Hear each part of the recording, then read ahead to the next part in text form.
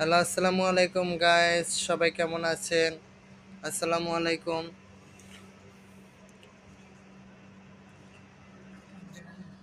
Hello, আসসালামু আলাইকুম guys. আজকে আমাদের রান্নার রেসিপি নিয়ে আসছি। দেখেন, এটা তেলাপিয়া মাছ ভুনা করছি। আর এটা ডাল দিয়ে চাল কুমড়া দিয়ে রান্না করছি। আর এটা এটা করলা ভাজি করছি। আর এটা কালো ভুনা করছি, গরুর মাংস কালো ভুনা। আর এটা রুই মাছ দিয়ে কুমড়া, জালি কুমড়া দিয়ে রান্না করছি। আর এইগুলো আমাদের বাদ।